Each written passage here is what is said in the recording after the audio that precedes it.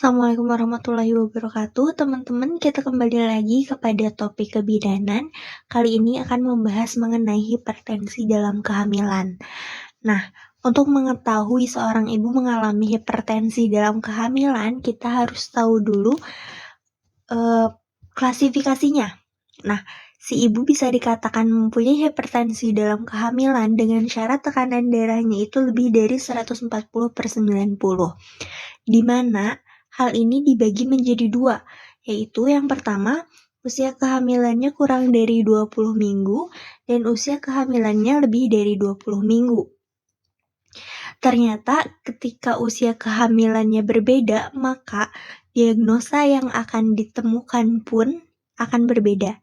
Kita bahas dulu mengenai usia kehamilannya kurang dari 20 minggu.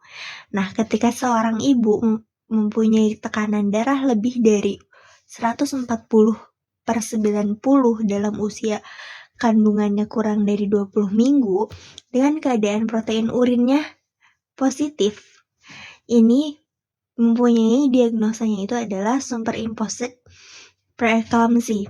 Sedangkan jika negatif, ini masuknya kepada hipertensi kronik, di mana hipertensi kronik ini sering disebut juga jika seorang ibu memiliki riwayat tekanan darah tinggi sebelum dari kehamilan gitu.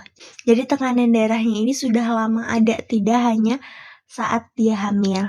Lalu kita masuk ke usia kehamilannya lebih dari 20 minggu, di mana jika lebih dari 20 minggu dengan keadaan protein urinnya negatif, ini disebutnya dengan hipertensi gestasional, di mana hipertensi gestasional ini merupakan hipertensi yang ada karena kehamilan gitu.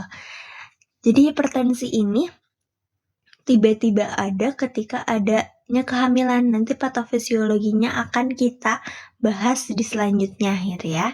Nah, adapun protein urinnya positif. Jika protein urinnya positif, maka itu bisa langsung dikatakan preeklamsi ringan.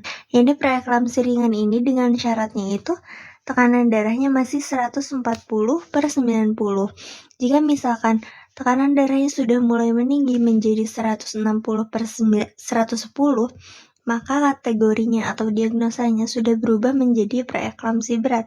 Biasanya di preeklamsi berat ini protein urinnya sudah lebih dari positif 1, teman-teman.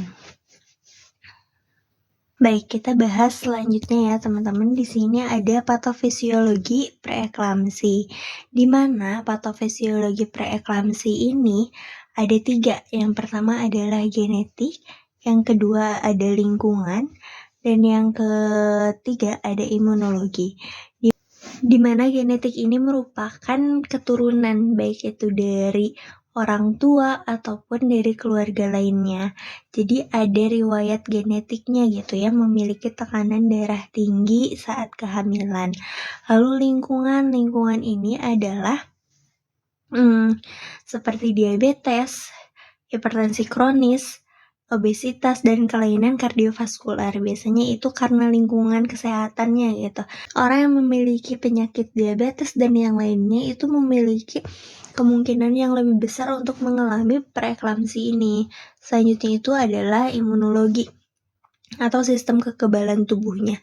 Yang lemah biasanya akan lebih mudah untuk terjangkit dengan kelainan preeklamsi ini. Nah, adapun patofisiologi preeklamsi yang lebih jelasnya itu seperti ini teman-teman. Pada ibu hamil, jantungnya itu akan lebih cepat berdetak, bahkan bisa jadi lebih dari 140 kali per menit. Nah, ketika jantung berdetak lebih cepat, itu tujuannya adalah untuk memasok nutrisi ke janin dan kepada plasenta kan, karena dalam tubuh seorang ibu hamil itu tidak hanya si ibunya saja, ada janinnya, ada plasentanya, dan yang lainnya. Ketika jantung berdetak lebih cepat itu untuk memastikan keseluruhan nutrisinya itu sampai ke semuanya.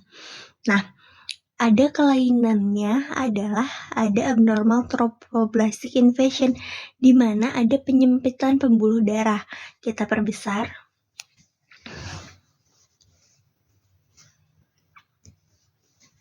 Kita perbesar teman-teman, kita lihat di sini terlihat jelas yang bagian atas ini merupakan bagian blood flow yang normal, di mana si pembuluh darahnya ini adalah tetap lebar gitu. Untuk yang preeklamsi, karena tadi ada invasion atau ada penyempitan, di sini sangat terlihat ada penyempitan di pembuluh darahnya. Dimana ketika jantungnya berdetak lebih cepat, jika ada penyempitan, tentu si darah tidak akan masuk terlalu banyak atau tidak terlalu lancar, pasti ada yang terhambat. Beda dengan yang normal gitu. Nah, hal inilah yang menjadikan adanya tekanan darah tinggi, teman-teman. Nah, selain itu juga ketika adanya invasion ini, otomatis darah yang masuk kepada plasenta itu sedikit kan, teman-teman. Nah, hal ini yang menyebabkan adanya plasenta iskemik atau plasenta ini kekurangan oksigen gitu. Dengan kekurangan oksigen dan kekurangan nutrisi lainnya, ada dua hal yang dapat menyebabkan kelainan. Yang pertama, kita lihat dulu pada bayinya, teman-teman. Pada bayinya itu tentu ketika plasentanya kurang baik atau kurang kuat, nutrisinya kurang bagus, pelengkapannya itu akan kurang baik juga.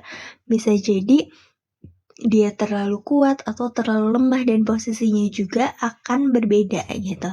Nah, selain itu ketika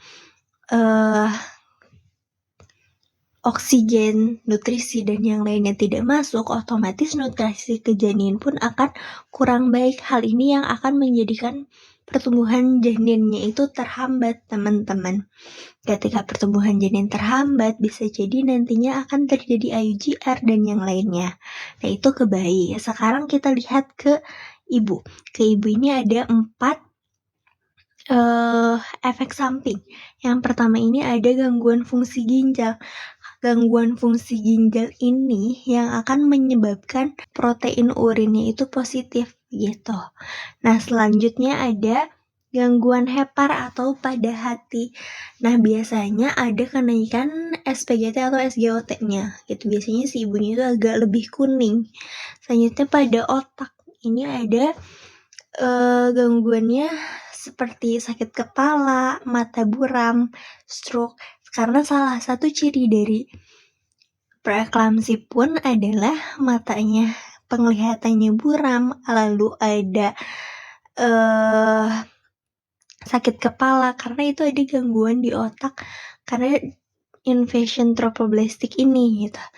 Terakhir adalah ini ada vasokonstriksi pada pembuluh darah.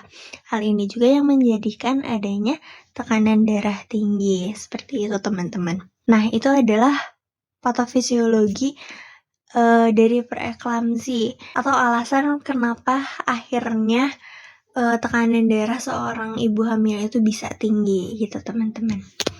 Nah, untuk hipertensi dalam kehamilan hanya itu saja, mungkin nanti untuk penata laksananya akan dibahas di video selanjutnya. Terima kasih banyak. Assalamualaikum warahmatullahi wabarakatuh.